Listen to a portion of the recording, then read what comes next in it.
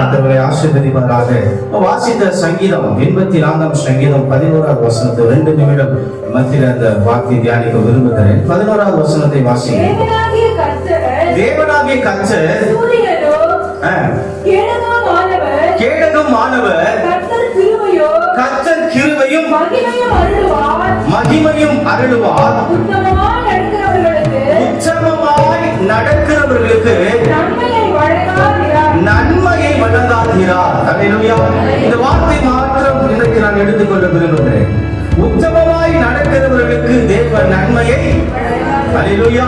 கர்த்தருக்குள் பிரியமான சீயோனின் சகோதர சகோதரிகளே, கர்த்தருக்கு முன்பதாக உத்தமமும் உண்மையுமாய் நடக்கிறவர்களுக்கு அவர் நன்மையை தருகிற தேவனா இருக்கிறார். அவர் நன்மையை வழங்குகிற தேவனா இருக்கிறார். அவர் நன்மையால் திருப்தியாக்குகிற தேவனா இருக்கிறார். அல்லேலூயா. சங்கீதம் 85:12 என் வேதம் சொல்லுகிறது, கர்த்தர் நன்மையானதை தருவார். எத்தனை பேர் விசுவாசிக்கிறீங்க? பக்கத்துல சொல்லுங்க சிரிச்ச மூலமா, கர்த்தர் நன்மையானதை தருவார். அல்லேலூயா.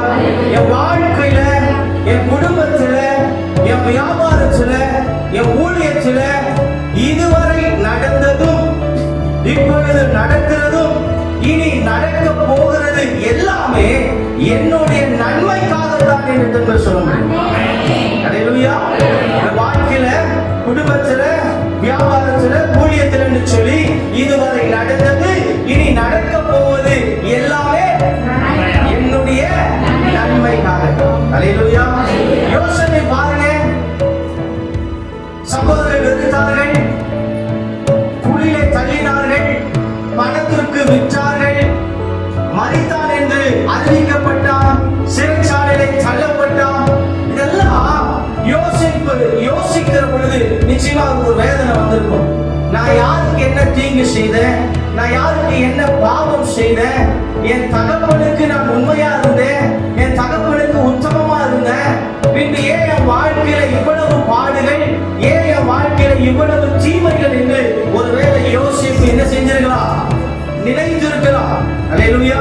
ஆனா ஒரு நாள் வந்தது, யோசேப்பே சொல்லுகிறார், என் வாழ்க்கையில நடந்தது எல்லாமே கர்த்தர் நன்மையாய் மாறும்.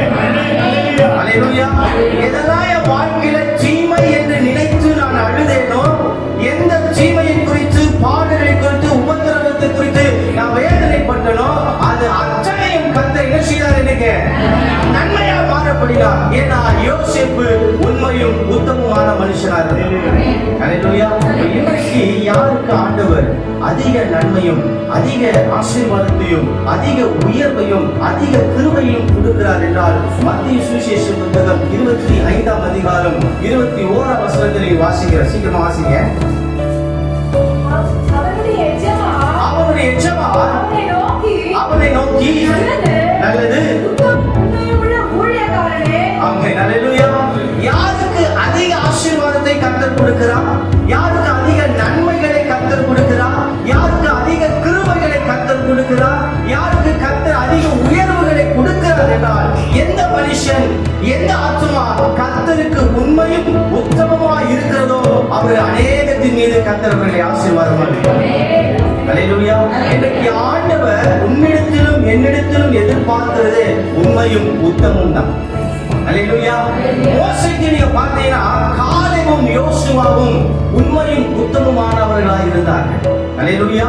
அப்ப இன்றைக்கு ஆண்டவர் தேடுகிறதும் எதிர்பார்க்கிற காரியமாக இது காணப்படுகிறபடினாலே, கர்த்தர் நமக்கு கொடுத்த வருமானத்துல நாம் உண்மையும் உத்தமமா இருக்கணும். கர்த்தர் நமக்கு கொடுத்திருக்கிற குடும்பத்திற்கு நம்ம உண்மையும் உத்தமமா இருக்கணும். கர்த்தர் நமக்கு கொடுத்திருக்கிற ஊழியத்திற்கு நம்ம சொல்லுங்க, வாயை திறந்து உண்மையும் உத்தமமா இருந்தா கர்த்தர் எல்லா விதத்திலும் நம்ம என்ன செய்வாரு? ஆசீர்வதிப்பார். ஆனா இன்னைக்கு அநேக இடத்துல உண்மை இல்லாதபடினாலே, உத்தமம் இல்லாதபடினாலே கர்த்தரால் அவர்கள் ஆசீர்வதிக்கப்படாமல் இருக்கிறார்கள். உதாரணத்துக்கு நீங்க பாத்தீங்கன்னா, எலிசாவுடைய வேலைக்காரர் யாருங்க? கேயாசி. கேயாசி எலிசாவுக்கு உண்மையாகவும் இல்லை, உத்தமமாகவும் இல்லை. யாக்கோபு தன் சகோதரனுக்கு, தன்னுடைய தகப்பனுக்கும் உண்மையாக இல்லை, உத்தமமாக இல்லை. லாபான் யாக்கோபுக்கு உண்மையாகவும் இல்லை, உத்தமமாக இல்லை. தெலீலா சிம்சோனுக்கு உண்மையாகவும் இல்லை, உத்தமமாகவும் இல்லை. யூதாஸ் காரியத்து இயேசுவுக்கு